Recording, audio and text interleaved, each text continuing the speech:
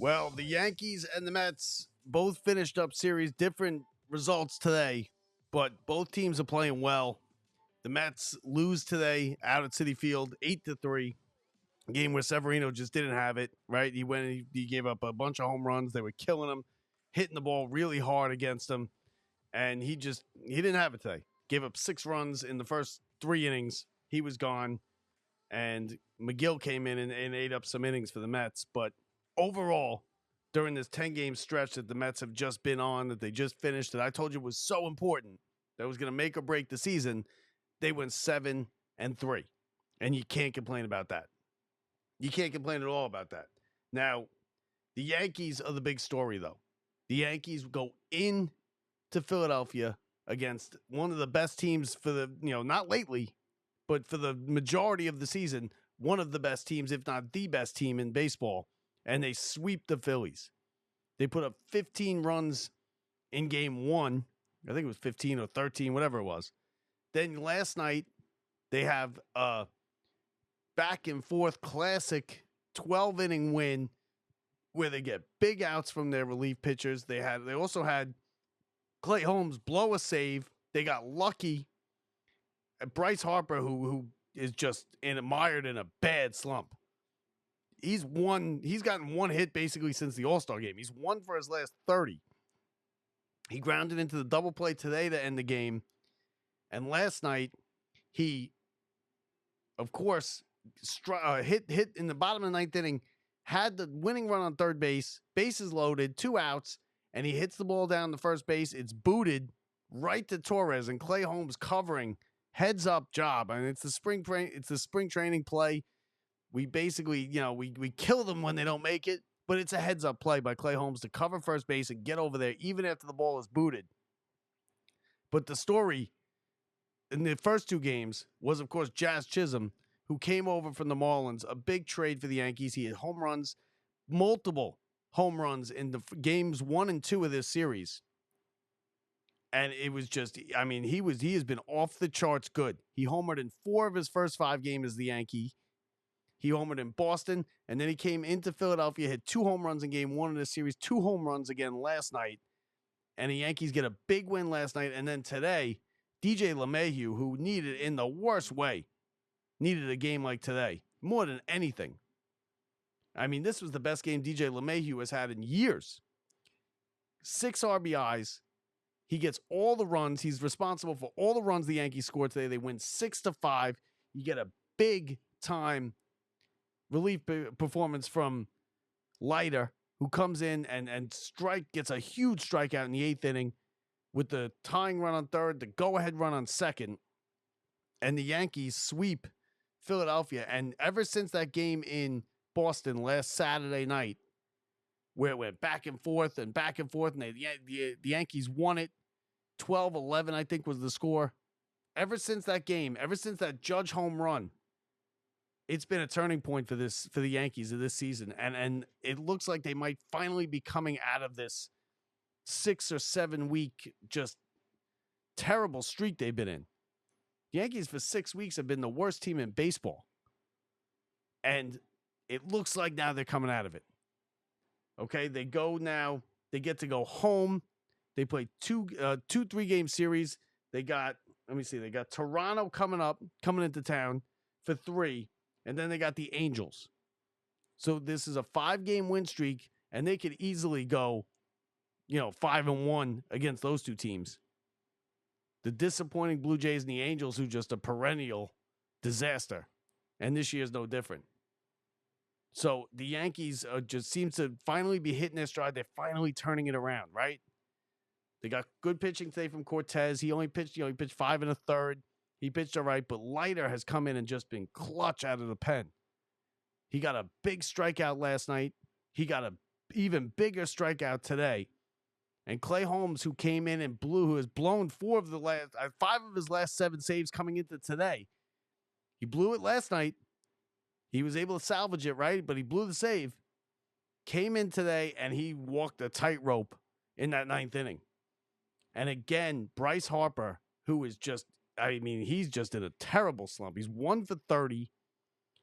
He had a chance to win the game last night. He came up today with a chance to win it with one out, runner on first, could break out of his slump, and he grounds into the 4-6-3 game-ending double play. And the Phillies have not been playing well for now a couple weeks. They've lost 5 in a row. They have been playing well for a couple weeks. They still have a 7-game lead on the Braves, an 8-game lead on the Mets. So I don't think they're going to blow. I think they're going to win that division, rather easily. I don't see the Mets or the Braves having enough to where they can make up 8 games in 50 in the last 50 games. I just don't see that happening.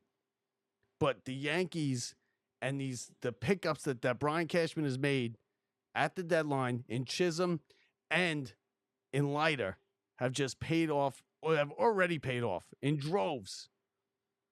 I mean, Chisholm with 2 back-to-back 2-home run games in Philadelphia against good teams. The Yankees, I mean, this was a good series, right? These last 2 games, last night and today, were good baseball games. Last night was back and forth. It was a classic. You had Trent Grisham making the diving catch in center field to save the game.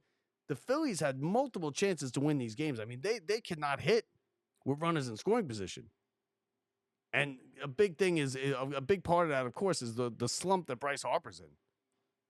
I mean, right now, you want to see Bryce Harper come up with runners in scoring position.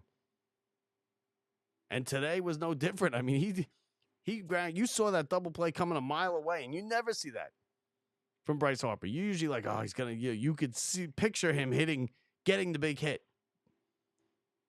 But today, I was not surprised when he came up and he grounded into that 4-6-3 double play to end the game, because that's what he's been doing.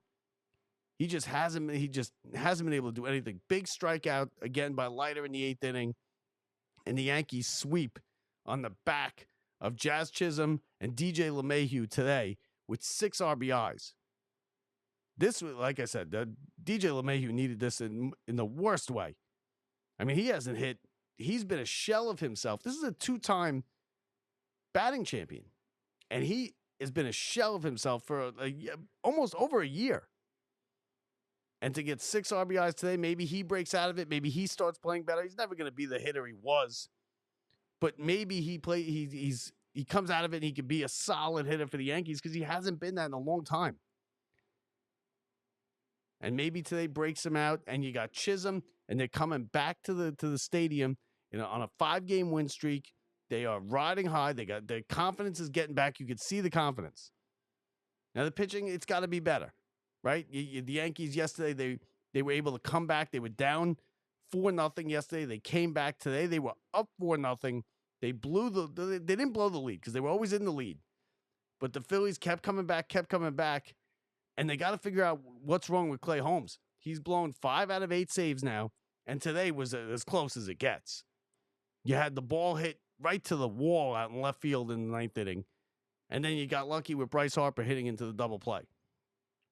So he came this close to blowing another save today.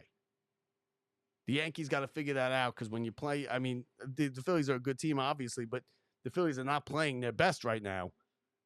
But they fought, and they came up short because they can't get hits with runners in scoring position. And their best hitter, Bryce Harper, just can't hit the water if he jumps out of a boat at the moment. But, they'll get that straightened out. Like I said, the Phillies built up a big enough lead in the first, 110 games of this season that I think they're going to be okay. They will win the division. As far as the Mets go, the Mets lose today. Severino didn't have it. You have Vientos, who hit another home run today. He's really starting to come of age with his power. Right? You're really seeing the power of Mark Vientos, and at the corner infield spot at third base, that's big for the Mets to have. He's now got 16 home runs. He hit a home run last night. He homered again today. So that's big. I think you could kind of forget about Beatty now a little bit. That's why I thought they should have dealt Beatty, because I think you probably could have got something for him. I understand that you're not going to get much for McNeil because he's just been terrible. But they probably could have got something for Beatty, maybe. But they did okay. The Mets did okay in the trade deadline. They were busy. There was no blockbuster moves.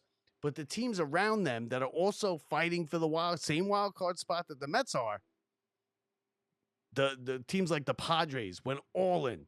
The Padres mortgage. You can't blame the, but you can never accuse the Padres of harvesting prospects. I mean, they mortgaged their entire future for Scott, who is a rental for a couple months. They sent 3 of their top 10 prospects to the Marlins, who did the Marlins are just, they got a lot better now. For they were one of the worst ranked farm systems in baseball. They're now in the top 10. So the Marlins did okay. There was a lot of trades yesterday.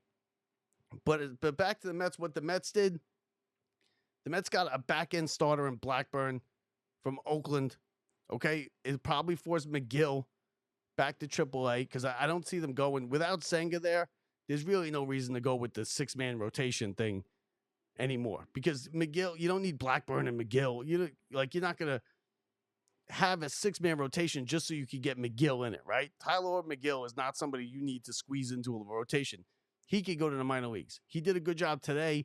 Came in when Severino didn't have it, ate up some innings, pitched well, but he could go to the minor leagues, and I think that's what's going to happen. You got Blackburn, who's a veteran.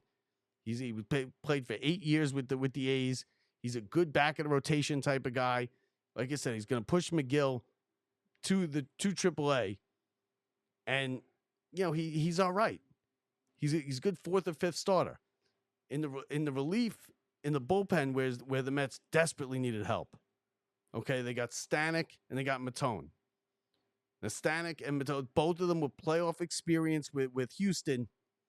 And if you get into the playoffs, that could really help. They both won the World Series with Houston, so they've been there before. They've been in big situations, big spots. I think that helps, especially for a relief pitcher. Are they the best guys that were on the market? No. But Matone's got good movement. He moves the ball around. He misses bats. And he misses the sweet spot of bats. A lot of players, pop-ups, slow infield ground, they hit dribblers. Stanek is a flamethrower. Now, I know he came in the other day against the Braves and he gave up 2 home runs, and it was like, oh, classic Mets, right? Former good, now Met, is what we were saying with Stanek. Formerly good, now Met. The opposite of former Met, now good. Stanek came in, gave up the 2 home runs, and you're like, here we go. But I think Stanek is a good addition to that bullpen. He throws hard. He throws the ball by people. It's kind of a mano-y-mano. Here it is. If you can hit it, hit it. But I'm going to throw it 100 miles an hour. So it's a good little, thing to add to the Mets bullpen, which has just been awful this year. Let's be real. The bullpen's been awful. It's been the Achilles heel. I said they needed to fix the bullpen. They did get some patchwork in. It's not the Padres bullpen. So, and like I said, the teams around the Mets in this race, the Padres all in. The Pirates have shown now that they are going to go for it to try and make the playoffs. The Cardinals got Tommy Pham again. And what did he do in his first at bat last night? Just hit a grand slam. So, and the Mets did pick up a bat. The Mets have one of the best. The Mets can outscore anybody. Right? We've seen them score and they hit home runs and they're a good offensive team. They added to that with Winker, who is a good lefty bat. It's an extra lefty in the lineup that basically plugs in any hole. So now the Mets really have no holes in that lineup, especially with Vientos hitting for power. If Alonso gets going, if Nimmo and with Lindor at the top of the order, and Nimmo is the best top of the order right now in baseball, the Mets really don't have any holes in the lineup. Maybe at the bottom with a McNeil and then whoever they have catching that day, because Alvarez has been on a slump. Now you're looking at a month-long slump for Alvarez. You got to imagine he's going to come out of it because he's just too good of a hitter. But it's something to keep an eye on. The fact that Alvarez hasn't been hitting for a month. But I think he'll be okay. I'm not too worried about that. You keep an eye on it though, because Torrens is no good. As far as, offensive goes, he's okay. He'll, do the job as a backup catcher, but you can't rely on Torrance. So, and they also picked up Brazoban, who has pitched well for the Marlins. He has a sub-2 ERA. He's controlled now by the Mets. He's under contract for the next 3 years. That's the thing. The Mets didn't get any rentals here. They're looking into the future. Okay, they know that this year, okay, if we could do it this year, if we can make the playoffs, great. But we weren't mortgaging anything when it comes to the future for this year. You even heard it when Stearns was in the booth today at the Mets game when he said, we might even make the playoffs this year. So they're not looking at this year. If they make it, they're not going to not go for it. They went for it. They bought. They weren't sellers. They didn't go all in, which is something you don't want them to do. Because like our guests, like our guest said last week, the Mets aren't winning the World Series this year. I hope I'm wrong, but it doesn't look like that. But the big story here, and the Mets are going on a road trip now out to Anaheim to play the Angels. They got 4 against the Angels, then they got 3. Then they got the makeup game against the Cardinals, and then 4 in Colorado. So it's an 8-game road trip, and then Seattle. So it's a rough trip here. The West Coast is where Mets seasons go to die. But we said that. I don't think that's the case this time and this year. I think they're going to be okay. They're better than the Angels. They are. The game with the Cardinals, it's 1 game, so it's kind of a weird situation. They are better than the Rockies. The Rockies are no good. And then Seattle. So they're 3 beatable teams, but it's just a taxing on the body. I mean, that's a crappy road trip, right? You got to go out west, and then they got to go to the Cardinals, to St. Louis for 1 day, 1 game, and then back out west. And that's just a pain in the ass. And it just kind of, it's par for the course for the Mets, right? Hopefully they go 500 on the road trip and they kind of keep pace right now, wild card race, because it's tight. It's tight, and it's going to be tight to the very last day of the season. The Mets might get in the playoffs very last day of the season. They might be eliminated the very last day of the season. It's going to be that close, and hopefully they can make it. I think they will. They're definitely good enough, and they've definitely set themselves up with another starting pitcher, some relief help, which was desperately needed, and a left-handed bat. So the Mets are okay. They played well lately. They just won 7 out of this 10. This tough stretch that they just went on. They lost today. Severino didn't have it, but you could, kind of kick today to the curb. It's okay. You didn't sweep. It was an afternoon game, a getaway day. It is what it is. The Yankees, though, are the big story as they win 5 out of 6 on the road. Now they head home for some easier games at home with Chisholm, who's going to get a hero's welcome at the stadium, with DJ LeMahieu, who just had his best offensive game in years with 6 RBIs, single-handedly beating the Phillies, with Leiter, who got big outs last night, who got big outs tonight. And now we wait and see if Cole is okay, which is a worry because they're not going anywhere without Cole, who was scratched yesterday. We'll see how that is. We have no information on that yet. We'll see what the story is on that. But so all good here in New York baseball land right now so far as we